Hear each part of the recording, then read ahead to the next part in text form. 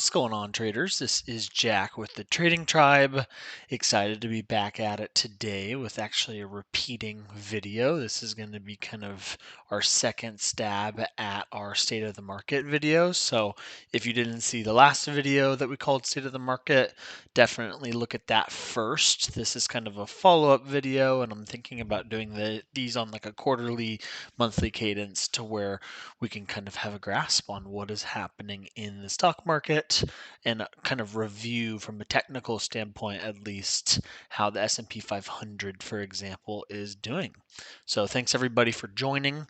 My name's Jack, like I said, with the Trading Tribe, and this is definitely going to be a video that provides a ton of value. So if this is something that you like to see, feel free to like and subscribe to the channel for a lot more content like this. Like I said, throughout this entire next year, we're going to do quite a few of these to really help with your trading and investing and just give you kind of a bias based on where the market is at. And if we look at my screen here, we are looking at the S&P 500 future, which is /ES for the ticker symbol in Thinkorswim. And I've zoomed out to the weekly time frame. So these are the past 3 years, and then it is the weekly time frame. So it shows 21, 2022, and 2023. And we'll notice right through this COVID drop, right, the market obviously had a pretty big correction when COVID hit.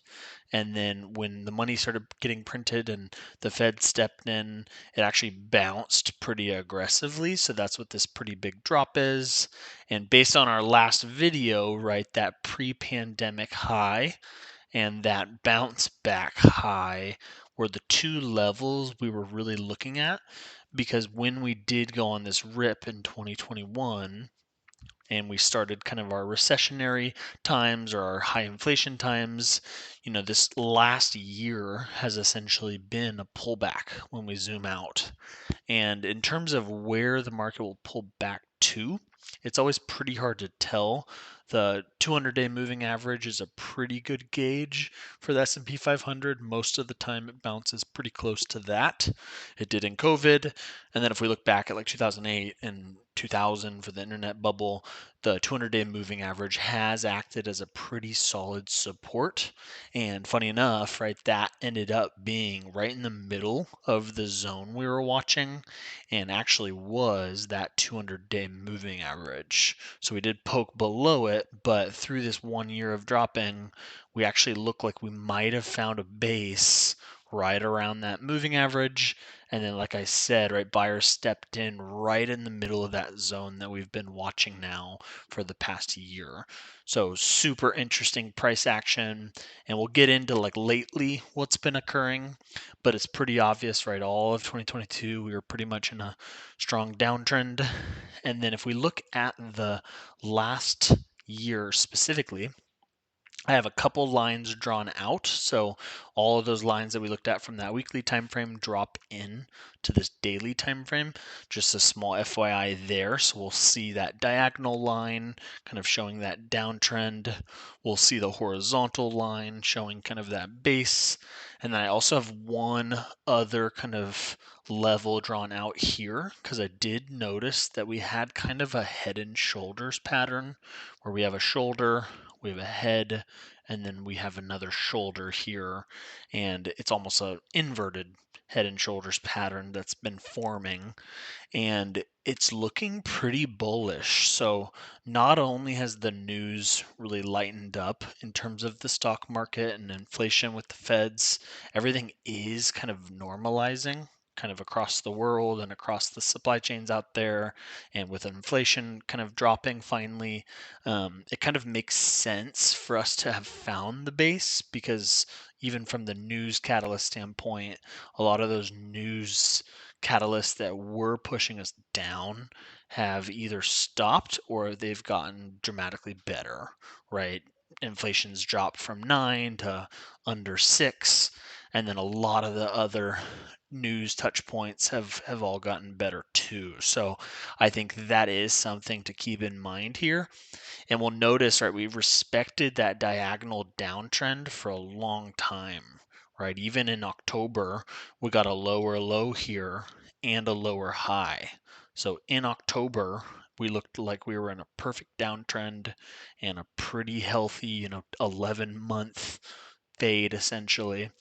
And then in the market, right, when we see it poke through the trend line, right, that shows that there's more buyers here than you'd expect, right? Because when it pops up to that trend line, you'd expect for it to just drop and make another lower low, but it didn't, right? It dropped and then it picked back up immediately, and then buyers even kind of pushed it higher. So we'll notice mid-December, right before the holidays, we actually made it quite a bit past our trend line.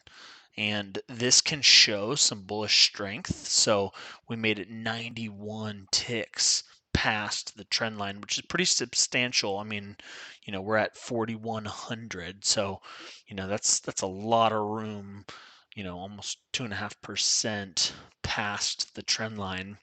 And after that, we put in a higher low.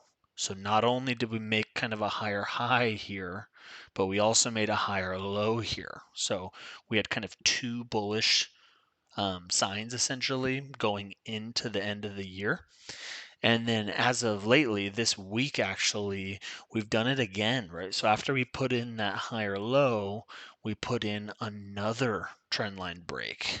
And essentially, we're going to go up and test that level. So we might make another higher high.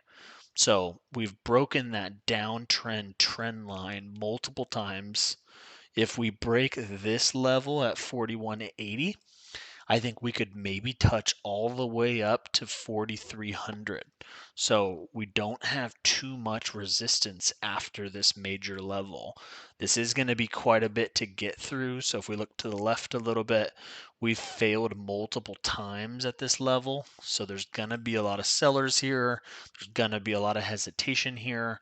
But again, if we do break through this, I don't see anything stopping us from going all the way back to 4,300. So a lot of upside potential. We've obviously been shorting primarily in the stock market this year because of this recessionary time.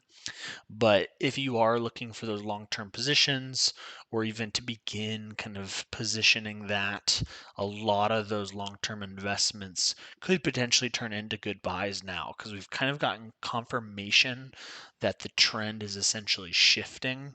If we were in a super strong downtrend, we wouldn't have even gotten through this trend line once. We've gotten through it twice, and then with that strong of a push today after CPI came out, we're probably going to push past it. I think we went up 100 points just today, 152 points just today. So one of the strongest days in the past 12 months. So super bullish signs in the market. If anything, we did break the trend line and then come back and retest it. So a lot of cool stuff to watch out for in these next couple months with the stock market. And hopefully this helps, right? This is the S&P 500. So this is a really good gauge overall on how the US stock market's doing. If you have any questions, definitely comment down below and we will be back next time. Thanks, everybody.